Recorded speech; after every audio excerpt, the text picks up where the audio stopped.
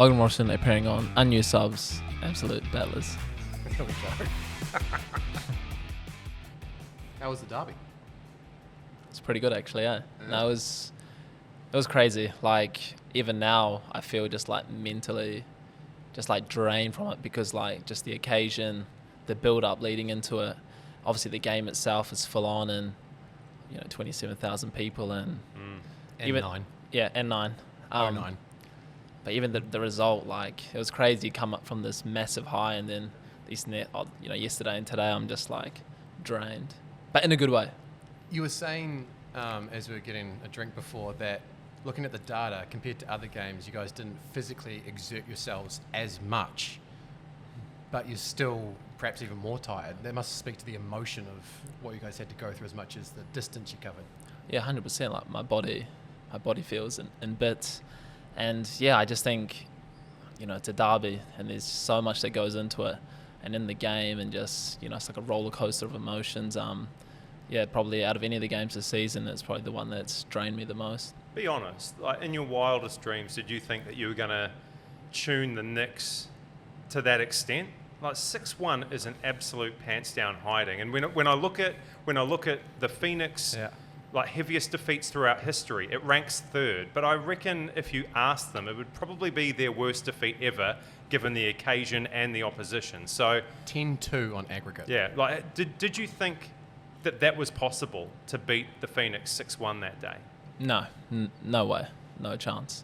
Like you look at the first derby, it took us 88 minutes. Yeah, it was almost all in added time, wasn't it? Yeah, that's a good point because the first 2 derbies were decided on such a fine margin, right? Yeah. So late goals in the first one and the second one, 2-1, 1 goal between you. Exactly. So, going into this game, I thought it was going to be very tight.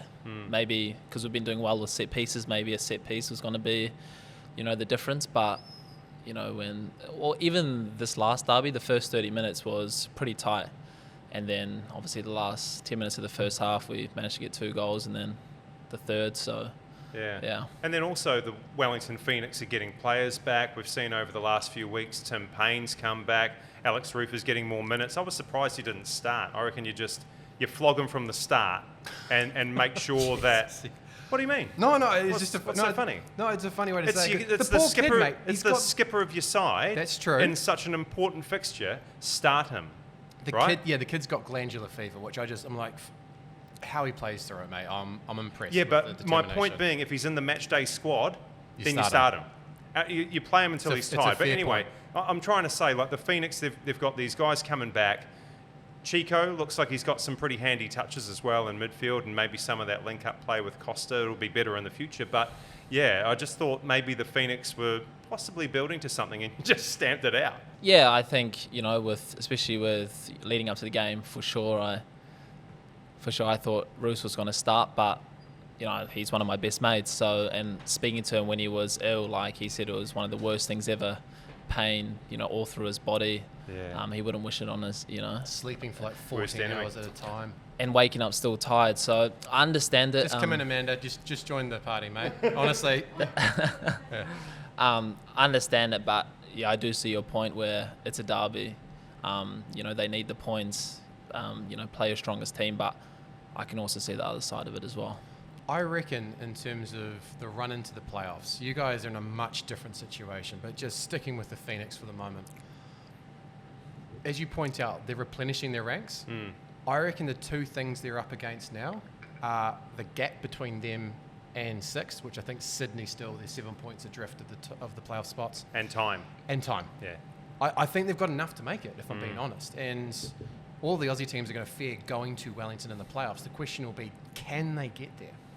I still feel, maybe it's the heart over the head, I still feel like they will make it. Yeah, we'll talk more about the Wellington Phoenix a little bit later on with when we Dale. Don't have an Auckland FC player here. Good call. Former Phoenix. Let's just former Phoenix. So let's just put that to the side for the moment.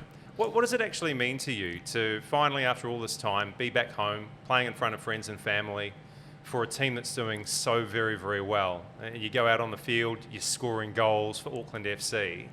Must be just exhilarating. How does it actually feel within you? You could have been playing for the Knights, by the way.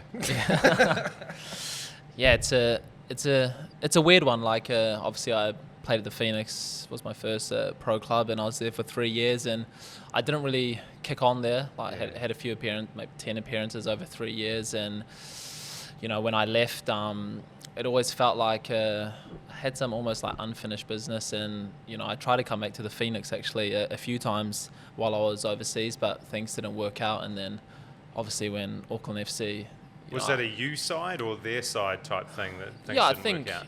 it was more of a their side type of thing. In football things just don't work out, but I was definitely generally interested. I would say out of the 5 years that I was away, probably 4 of them, I tried to reach out, or my agents did, just to see, if we could work something. And I was actually there December of last year, actually, training with them before I signed in Armenia. But I was, trying to, maybe there was a possibility there.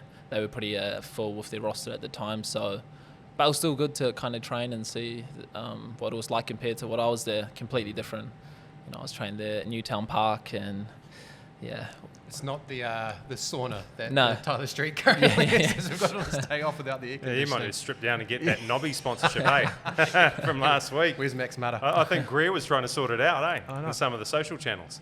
But on the friends and family aspect, you're not quite an Auckland boy. Yeah. Tainui, Hamilton, you're saying your brother Oh, plays you're for not a Ngāra Wahia. ambassador, are you? I am. You got the hat? Huh? Have you got the hat? No, I don't have Seamus. the hat, no. Seamus, do him a favour. What's that like, though? Because knowing Hamilton, they will love the fact there's more football, but being associated with... Well, first off, are they Phoenix or Auckland? Hamilton, what would you say is the only representative of Hamilton here? I think Auckland now. Yeah? I think, but we played actually at FMG Stadium one time with the Phoenix. We played the Mariners there. I think Vinny Leas, I think it was Des Buckingham's. Oh, was that Vinny Leas screamer? Yeah, game, Vinny Leas was it? scored a screamer there, and there was a massive turnout. So, I don't know, it's a weird one, but I would say the more leaning towards Auckland, maybe. Follow-up question, Don't your have to, face is man. kind of saying it. Do they like that? Yeah, probably not because it's Probably Auckland, not, but no one really likes Auckland, right? Jaffers and... I love yeah. Auckland. I've grown up here. Sydney. Yeah, I spent 4 years there, mate. I've spent 4 decades here in Auckland, so I consider myself a Jaffa. That's fair. The port, they are immense for you guys, and they've been there right from the word go.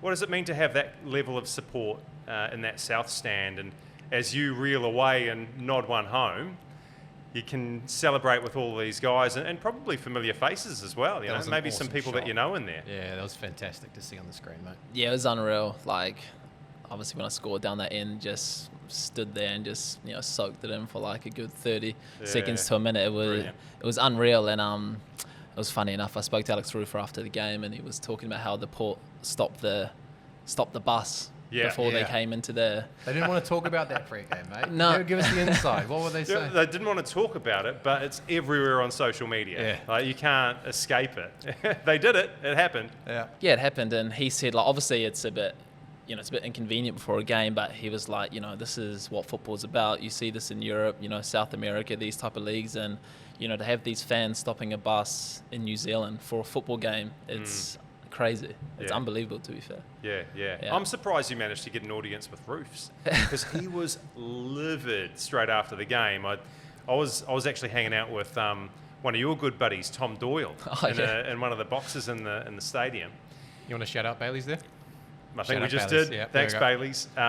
So I'm hanging out with Doyley and Cam Lindsay, actually, friend of the show. Oh, mate. Friend of the That's a Unused dangerous Subs. combo, Yeah, that one. very dangerous. I managed to get out of there in the nick of time. But anyway, the point being, we're sat there in the box and I'm looking down on the field as the game winds up, and Roofs just looks to the heavens and then down at his feet, and you can just tell he's seething. And goes over to acknowledge the Travelling Yellow Fever support, and then the bottle just gets launched into the chili bin and he's straight up the tunnel.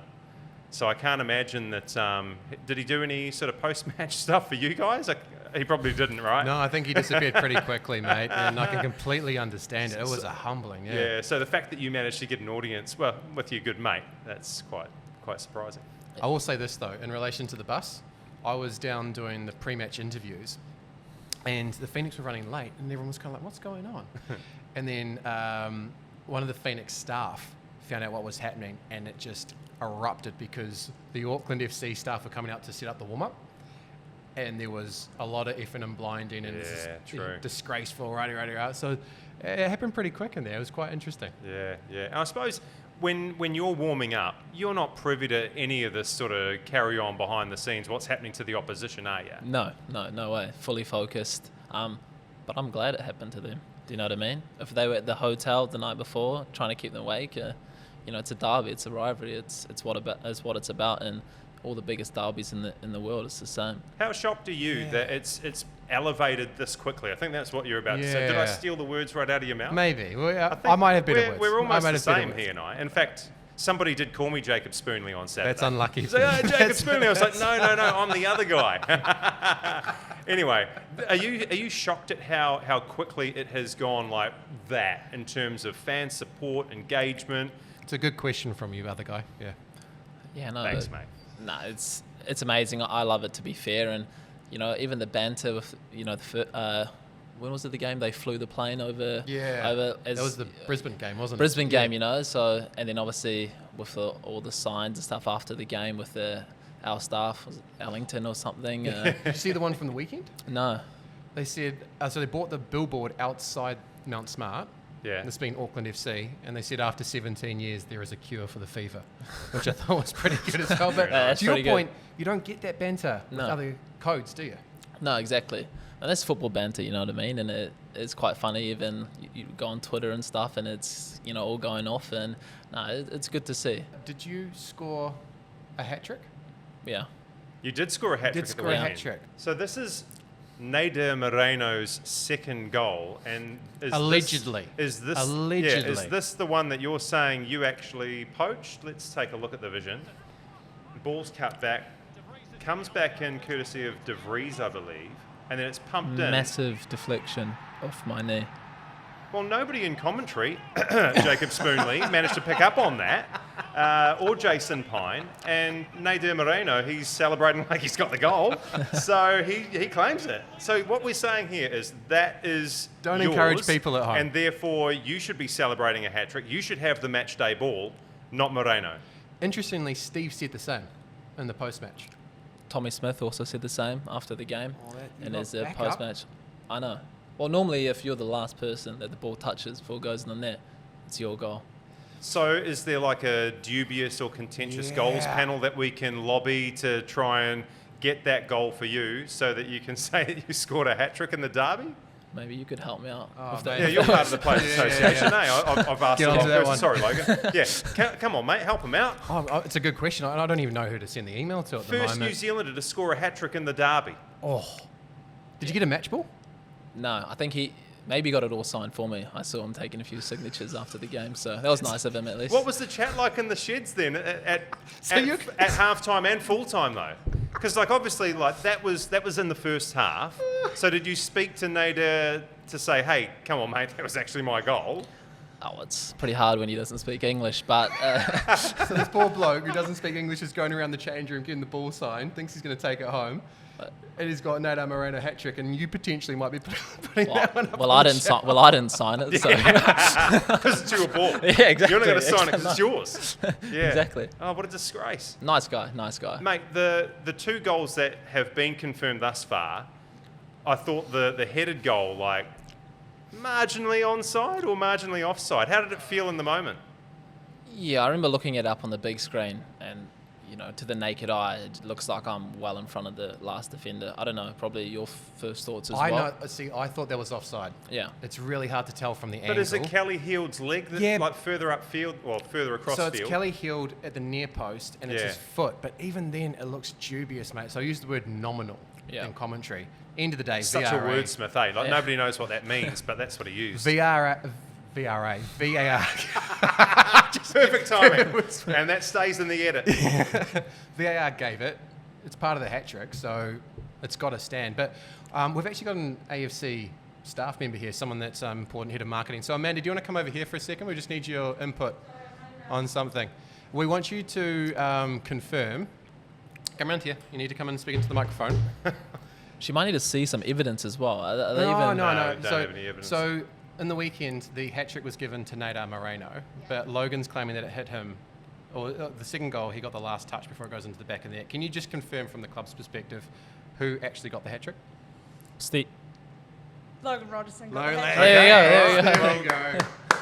There you go. That's official now. All right. Yeah, there we Okay, go. sweet Thank as. you, Amanda. So we'll change the record books, and Nader Moreno will be a very unhappy man. So be it. Mate, the goal that you scored from long range, Yes. absolute Yes. ripper.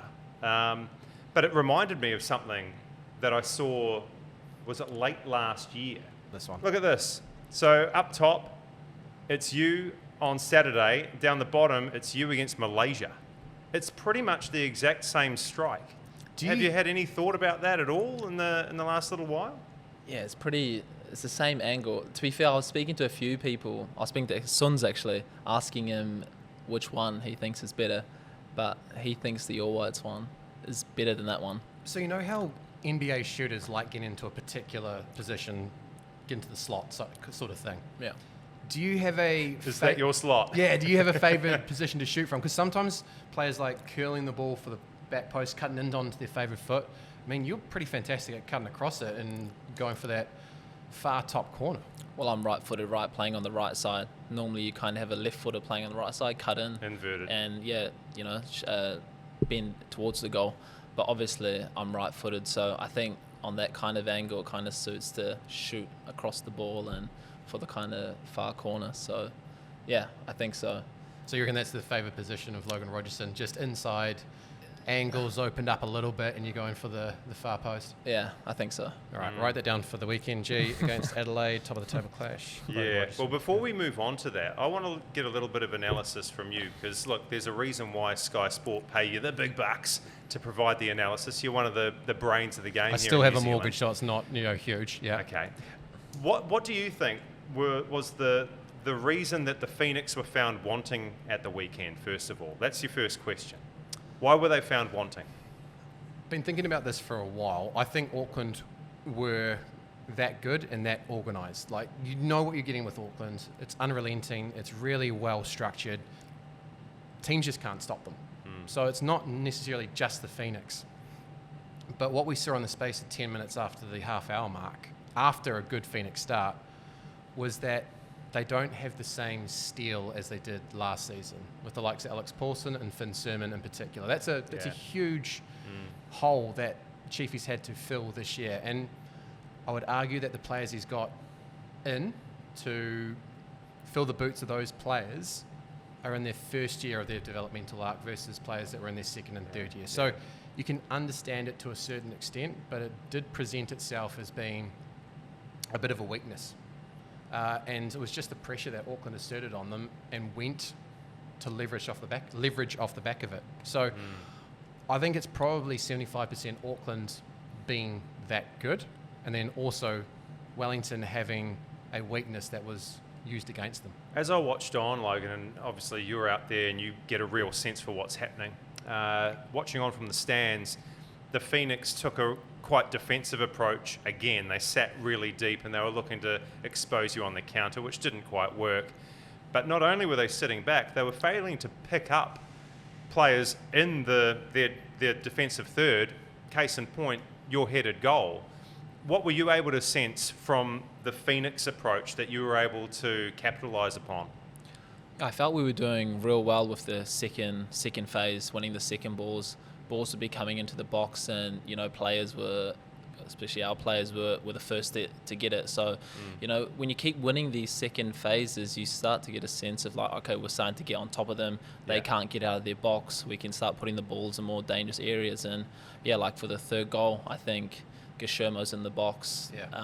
Plays it out wide to another one of our players and picks me out at the far post. But it is a thing, is when you keep winning the duels in the second phase, kind of starts sucking more players in. And then I think even Moreno was behind me also for my goal. So, if it was going to go over me, and Nader was free as well. So it's almost like you smelt blood in the water because of their defensive approach, Spoon. Auckland were able to just flood players forward at will, right? Yeah. Is that what you guys were up to? Four out of the 6 goals, I think, come from recycled play. Like, it's the half there you clearances go. that they don't get away. So, to G's point, and good question, is that something that was picked up upon and discussed on the field?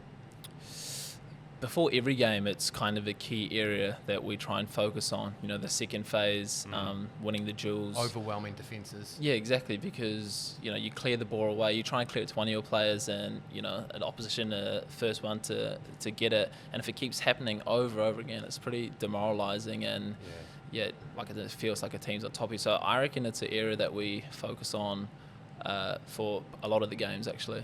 And Spoon, in the final part of your two-part analysis piece. Yeah, thank you. Yeah, it's like, I don't know, we need to come up with a segment name for this, like spoon feeding us something. I don't know. Look, it's a work in progress. We'll get there. It's quite condescending. With Logan and Amanda's help, we'll find a way through it. Thank you, Amanda. Where do you think Auckland FC had the upper hand throughout the majority of that contest? Was it with the winning of the second balls, or? I think there's an underappreciated element in this, and not that, but starting with how they get the ball into the box. Francis de Vries and Hiroki Sakai, for me. Franny especially, man. They've got to be the best fullbacks in the competition, His left if not in the foot conversation is a for the wand. top two. He's a magician. And I'm convinced of it. He's unorthodox because typically a fullback, will be shorter. Yeah. Frankie's like, 6'2"? Yeah, he's a big machine, boy, eh? Big, wide, mate. Yeah. Massive engine like as well. stacked up muscle, like ripped to pieces. He's the Terminator, is he? Yeah, he's the fittest in our team. Kind of like the Richie McCaw, that kind of Cantabrian type vibe where he's just all about the work. Exactly, like, fit, strong. Yeah, you're welcome, Frank. He's going to be flying helicopters in his spare time, is he? So that's how the ball gets into the box. But there's one person who's just started scoring, and I think he's come up with an assist or two as well. But to your point, the reason why the Phoenix couldn't get the ball away, in my mind, is the initial challenging and the mess that Max Mata created in their defence. Yeah. He's a big body. Yeah, he's huge. He's Not as big as Franny, but... someone that Franny and Hiroki were looking for a lot, or Felipe as well, who's a decent deliverer of the ball. But Max made it scrappy and made it messy, and that's the reason why, to Logan's point, there was a second or a third phase, or there were some crumbs for the likes of Nadar Moreno. So I think Max deserves quite a lot of props. Yeah, and look, we're talking about New Zealand players, and how cool is that? It's not just all focused on the imports. We're actually seeing the Kiwi boys rise to prominence and flourish, and that's one of the awesome parts about Auckland FC from a fan's perspective, Logan. Yeah, and let's hear from you, mate, because I feel like we've been waiting for a long time to not only have clubs, but to now have a generation of players that can elevate New Zealand's game. Do you get a sense of that, or are you just kind of head down in the trenches, doing the work, doing the grind? I think so. I think there's this feeling that, this point of time, I think New Zealand football's on a kind of a rise. With now the All Whites, fingers crossed we qualify for the World Cup next month. But yeah, there's that, and then obviously Auckland and the derby, and everyone's just talking about it. I think as a Kiwi, it's a special time to be playing football in New Zealand, and then even for the national team. Special time To be at Auckland FC, and with a game against Adelaide coming up as well. 8 points the difference. So with their defeat to Western. By the way, how good is it? Derby last weekend, Adelaide this weekend. Yeah, so Adelaide, you've got the opportunity to put 11 points between yourselves and second spot. Do you get the sense that silverware is coming in your first season? That you're so far out in front that the minor premiership is it's within touching distance?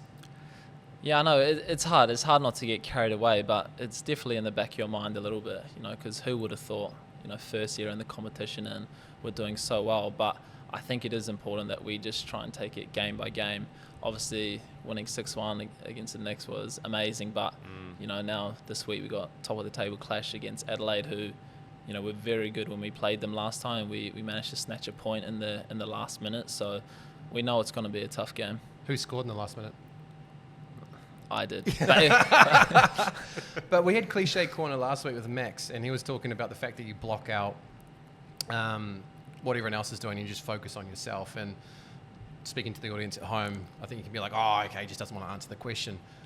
You saying taking it game by game, is that a defensive mechanism when you're talking to the media, or is that literally the operation, the Modus operandi. There you go, got it out. MO. You could have MO. just shortened it to MO, MO. 2 letters. Thank you. I, That's not wordsmith though, that's just letters.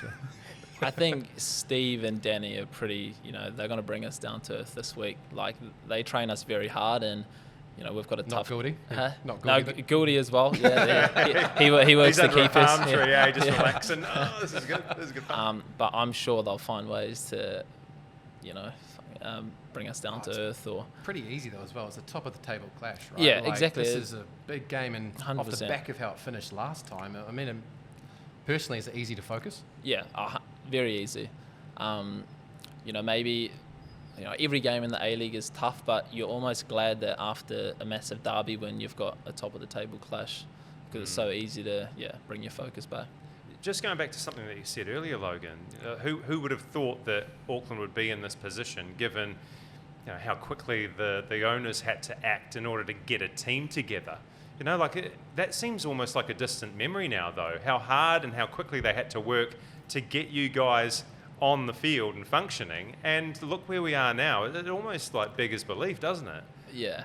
All the work behind the scenes that occurred. Yeah, I think the club's done like an amazing job. The background staff, the owners, and just how they've got the support from the city. And I think they've just done an amazing job. The marketing, I think the social media, what Amanda does and stuff, it makes a big difference. And you feel there's just like a hunger, not within just the team, but just from the club in general, like just always pushing for more and more and more.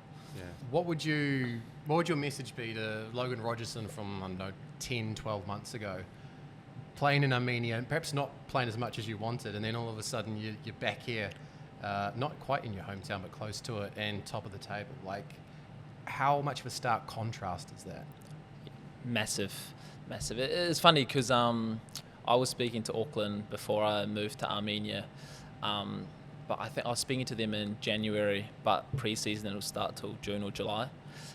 So I needed to try and fill in 6 months. So when I was in Armenia and things weren't going too well, I kind of always in the back of my head that, look, fingers crossed I'm going to sign at Auckland. I just need to kind of play at the highest level possible, because it was either play in Armenia or maybe play domestically in New Zealand. There must have been a bit of culture shock there, coming from New Zealand and going Look, to if you continental If you Asia? asked me to point out Armenia on a map, I Yeah, wouldn't where be do able you to think it is? It's European, isn't it? North, south? It's north from here. North from Tyler Street Sport Bar. Is it inland of Azerbaijan? Have I got that right? Yeah, in between Azerbaijan and Turkey. So it's European. I was right. That's not bad. Yeah. Just, I think, would be the word on there. When you go abroad like that, and I suppose you don't really know how long you're going to be away for, right? Like how immersed in the culture and the language do you become? Because the Finnish example, you were there for what, like 5 years? 3.5 years. 3.5, 4 years. Yeah. So like, did you start to try and learn the language and really assimilate? The thing with like the Scandics is their English is almost probably better than Kiwis, right? Like, It's not that difficult Yeah. for some people. so they I speak. struggle with English, yeah.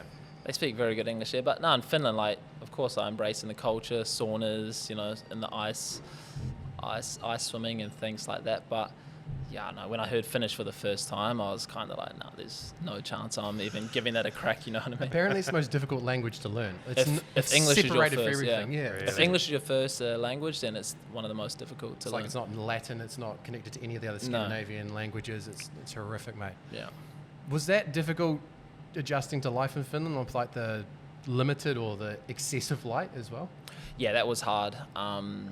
Because it is a little bit like you can kind of do it for a year and you think, oh, it's not too bad, but it's it's consecutive years. It's the second year. It's like it's the third year, and you're like, I was kind of lucky enough that our off season was in the New Zealand summer, so I'd play a season, come home New Zealand summer, 1 or 2 months home, and then go back. So it wasn't too bad.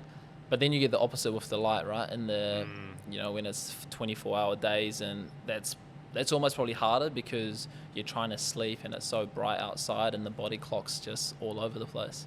The sauna culture over there, it's massive, Yeah. right?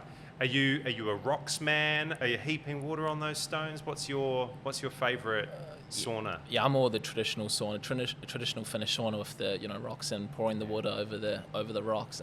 We actually had one in our Towel bathroom. Huh? Towel on, or are you?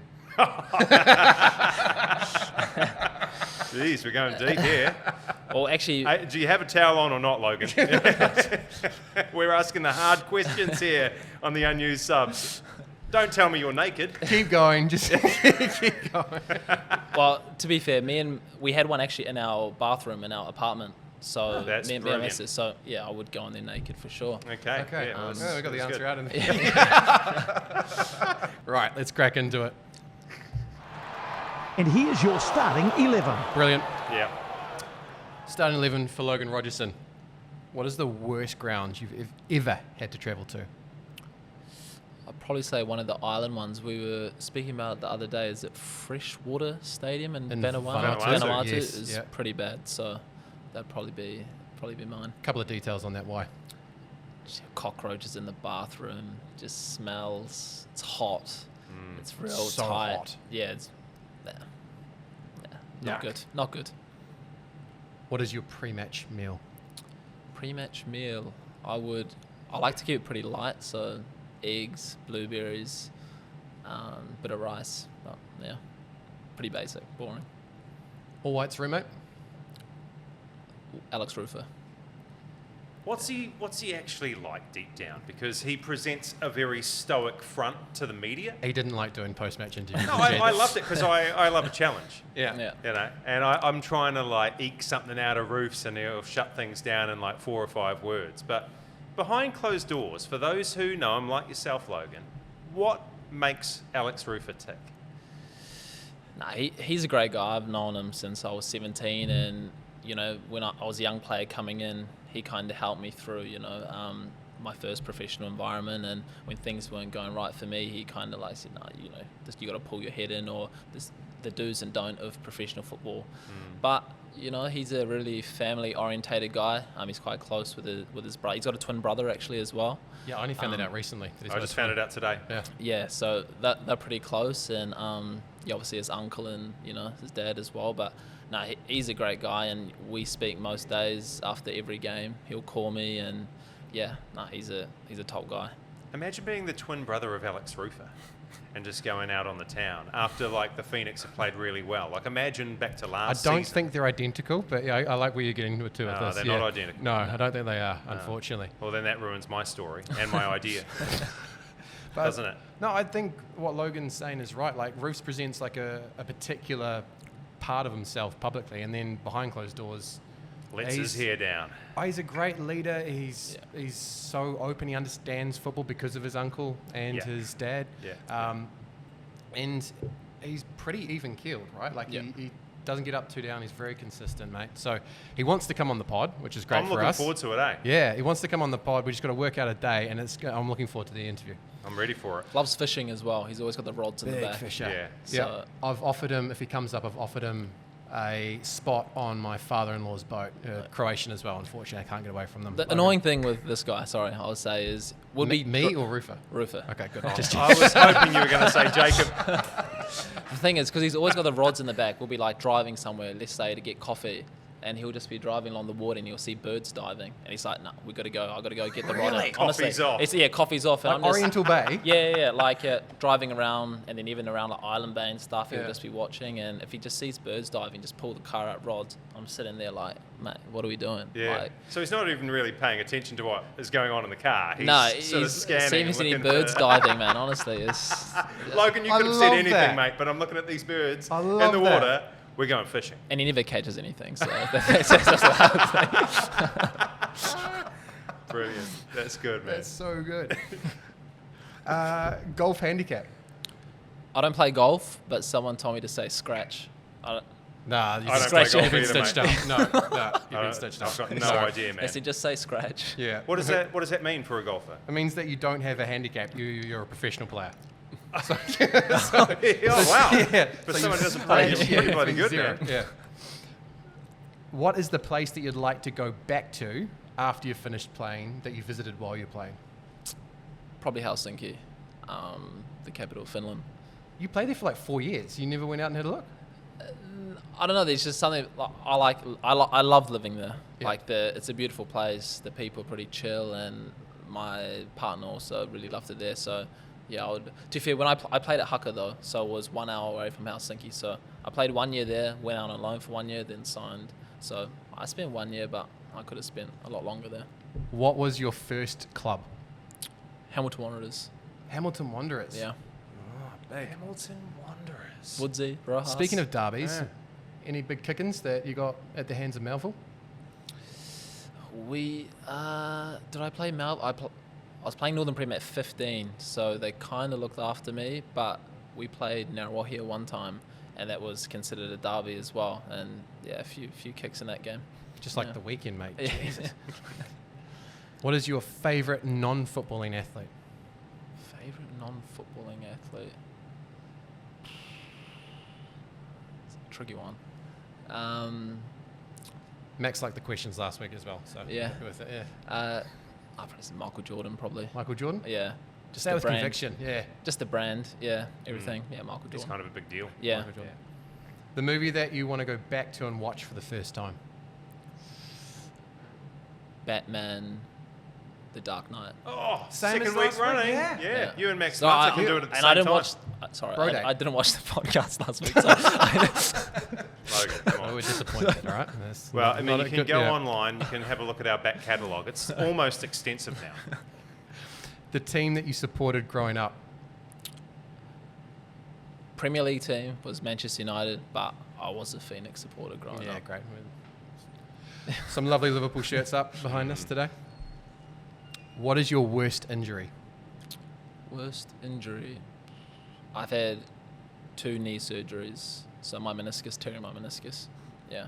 Wow. Yeah. And lastly, what is your coffee order? Long black. Healthy. Yeah. Like that, G. Long black. And here's your starting 11. Mate, thank you so much Yeah, for man. coming in. It's bloody good to see you.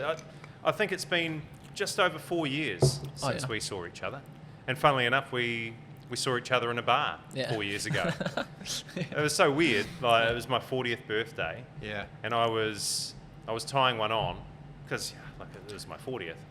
And You're very late. inviting youngsters to your 40th birthday. No. Very late in the piece because Seamus Martin, who's a close personal Great friend dude. of all of us, he brought Logan into the bar, or maybe you were already there when they opened it up to the general public. And so I was like standing and I'm like, oh, Logan, what's going on? But the thing is, I remember you did an interview with Jose Figueroa on the Sky Sport. Yeah. And then you've mentioned, oh yeah, I saw Logan Rogerson one weekend on the Viaduct. I don't know what he was on. That's what you've said. Is that what I said? And he was hammered as well. So I was Yeah, thinking, this guy was gone, mate. wasted. Like, Yeah. How I was he was saying really this? quite gone. yeah. But But you're throwing grenades Yeah, at us. But me and the Hose Beast, we're good mates from years ago. Like, we used to play together at Papatoetoe. Oh yeah. Oh, really? Yeah. Big Well, sorry day. for throwing the grenade all those Big years day ago, for mate. Papatoetoe. I remember I even filmed it. I remember because I was like, what? Man, I'm gonna film this because what's he talking about when he was? Wait. I never know what I'm talking about, Logan. I never know. No, it's funny. But anyway, thanks for coming in, and great to see you, man. Yeah, all thank you. good. So we thought we'd try something a bit different this week. Yeah. Had Logan Rogerson in. Wanted to get some fan feedback on the 3 derbies. Unfortunately, though, Jono Ross has had to go into hospital because he's feeling a little bit ill. Yeah, gutted for so that. 'Cause Dale- he's a massive supporter He of, is, New yeah. Zealand football, That is very of true. Auckland FC, and it really would have been awesome to have him on just to get that side of things, but obviously his health takes precedence. And 1000%. yeah, look, we hope to have a chat with Jono at some point further down the He line. was don't we? apologetic as well, which I was amazed. He doesn't need to say sorry, man. Like, Exactly. yeah, he's got to look Exactly. after himself. Go look after yourself. Make sure you get better. Yep. That does mean that Dale Warburton from the Yellow Fever will have to carry the burden by himself of putting up with us. Sorry, Dale. Apologies for that, man. But yeah, you've got to take care of us. Are you capable? Well, I'm feeling sick as well, but probably for different reasons, I'd say. How are you, man, after what was a massive blow at the weekend? We were talking to Logan earlier. He didn't see a 6-1 scoreline coming, and I'm sure you didn't either.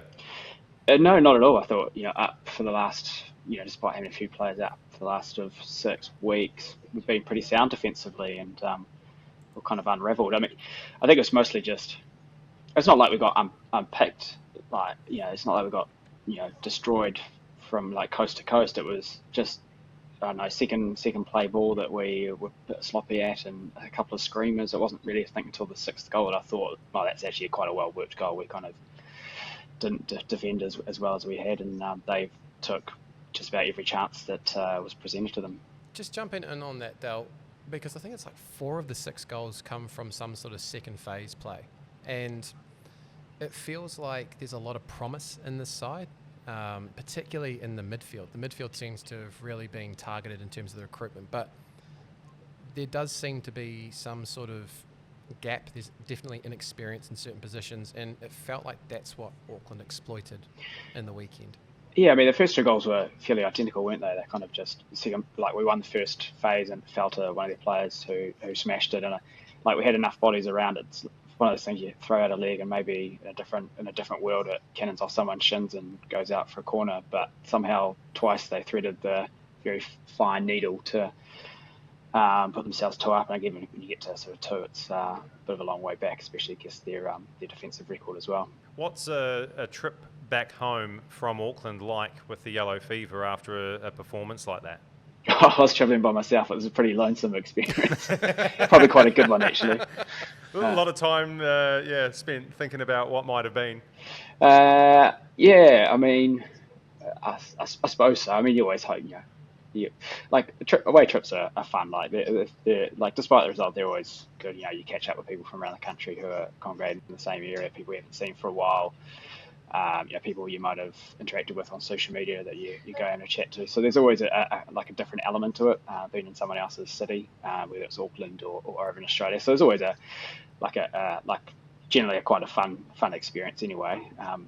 And so, I've been a Phoenix fan long enough to know that it's not to worry too much about the results, to have your own fun and do what have an experience that you look back on even regardless of the result. Like, I've had games where I've went to Newcastle Jets and we lost 5-0 away from home. Now that's a long way home. Went to Newcastle. Yeah. Wow, I think that's that was a Hesky days. I think that's a long way home from there.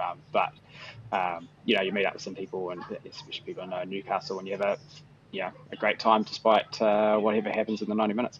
Dale, we've had over the course of the 3 derbies, aggregate 80,000 people through the gates. We've got this vibrant fan base on either side. It's different to any other code. What's it like basking in the sun, not of the results, but of the events itself? Is this what you thought it would be at the start of the season? I don't think I gave too much thought about Auckland, to be honest. I mean, it's amazing. The derbies, Dale. Hey, you might need to get might need a lawyer to check whether it's officially a derby, given we're in different cities. But I'll leave that to you, Spooners. I mean, it's great, right? Like, it's great that Auckland have found Auckland, public have found a team to finally support. They've gone in the dark for a long time. And I think, they probably needed to do well this season, and probably needed to, otherwise, people start questioning whether they, deserve to be back or whatnot. But, you think about where we've come from in 10 years. It wasn't 10 years ago you had David Gallop as the chief of Football Australia saying, Phoenix didn't deserve to be in the league. And you kind of think where the game has gone from there. Yeah. So with the 80,000 aggregate that Spoon mentioned earlier, what is it actually like for the supporters groups? You hosted the Port in the first derby. They've hosted you for the latter 2. Have there been any issues with the 2 sets of fans? Have there been any issues with security, maybe not being up with the play? What's your experience been like at the helm of the Yellow Fever throughout the 3 derbies? I think generally inter-club fan engagement has been fine. Like, there's always, you walk down and some rando throws some abuse at you, but, whatever. You don't have to like each other, do you? No, I mean, it's I'm old enough to sort of brush those off pretty quick. I think after the game we had walking down the street towards the train station, had a car drive past yelling 6-1 at us, and then they got stopped by traffic and we walked past them. I thought that encapsulates Auckland right there. I think some Do big, you want to talk more about that 6-1 result now that you're in gridlock? I think big thing I think to be worked on is around security last for next year. I think I don't know what it was like in Wellington, but there's a way section that seemed pretty well cordoned off, and I don't think, not that I've heard, I don't think there's any problems. I think 2 games we've had here, we've had lots of problems with like home fans buying tickets in our section, which I think were probably like innocent purchases. Like I don't think they were doing it deliberately. And like people trying to come into our section and try baiting people. And I think, yeah, that's all well and good, but like from a kind of, we've got such a good thing going on here that's such a point of difference to any other sport in New Zealand. I think there's probably some steps we can do to make sure that there isn't a line that's crossed that starts flipping it into the sort of the dark side. You know, we don't want people throwing cans or bottles at people, and any kind of the other aggression that might happen when the emotions are high, in particular in the weekend. People like trying to start stuff, and you spent half my game trying to get security to do something about it, which they sort of flat out refused. In terms of the events themselves, though, what can we expect from the Phoenix going into not necessarily the final stage of the season, but this run of games that they've now got in order to keep themselves in the conversation for the playoffs? Yeah, well, hopefully you start seeing a few more bodies back on the field. I think that game on Saturday we had 5 under-20s starting that game. I don't think Auckland had any. I think Paulson's the youngest, 22, and then you've got a few more older bodies under that. So I think I've suffered a little bit from some very long-term significant injuries to some key players, and I think once you start seeing some of those players back in terms of Rufer and Marco, and obviously Tim Payne's come back, I think I would expect to see us to go on a little bit of a roll. I mean, the opportunity is there, right? They're playing lots of teams around them, so and other teams around them are taking points off each other. There's no sort of clear, form team. So there's certainly still an opportunity for us to get into the 6. It's just going to take us a few more bodies on and get on a bit of a roll. I love a hypothetical, really do. Love a hypothetical. So I'll throw one at you right here, right now. What would have happened had the Phoenix of last season faced this Auckland FC team? Because we know how strong the Phoenix were with all the players that they had that have now departed, right? Who does Alex Paulson play for? Alex Paulson plays for the Wellington Phoenix. Or he can play in both goals, I don't know. But who wins that game? Because that would be a match I'd love to see. I'd quite like to see both the teams from this year have their starting 11s out on the field at the same time. Like I think in all 3 games, different players have been missing from both sides. Obviously, Hall's been missing for Auckland for a long time. I think that match up pretty close. I don't think it would be a particularly high scoring game. I think you're kind of looking at those sort of 0-0, 1-0 kind of situations that first game was looking like, wasn't it? Until the last couple of minutes. I think that this side from this year, to Dale's point, I haven't seen the best of them, but if you put last season's Phoenix team up against Auckland FC, I think there's a bit more of a physical prowess to that side. It's got David Ball, it's got Bojidar Kraev, Finn Sermons at the back, Alex Paulson's in goal. So I think there's a side there that has a higher ceiling defensively and would be able to match Auckland in the contest, because that really is one of their strengths, is their ability to get at and to be direct and to force the issue. And what we saw from the Phoenix last year is that they could manage the game, they could repel in that regard, whereas this season there's been some lapses, there's been some mistakes, there's been invitations like we saw on the weekend to opposition, and I reckon if you nullify that or those aspects of the game, then you've got this ability to take the ascendancy perhaps more regularly within games, and that really becomes an enticing proposition in this hypothetical. Have we got anything else? We've got some notes from Jono, and I'll leave you with this quote, Dale, because I feel like this is probably how you're feeling at the moment. It's from Colin Firth, and Jono said it kind of sums up his relationship with The football. actor. Yeah, I know. Apparently an Arsenal fan, interestingly. Okay. Football has meant too much to me and come to represent too many things. See, after a while, it all gets mixed in your head. You can't remember whether life's shit because Arsenal is shit or the other way around. I've been to watch too many games and spent too much money and fretted about Arsenal and when I should have been fretting about something else. I've asked too much of the people I love for Arsenal.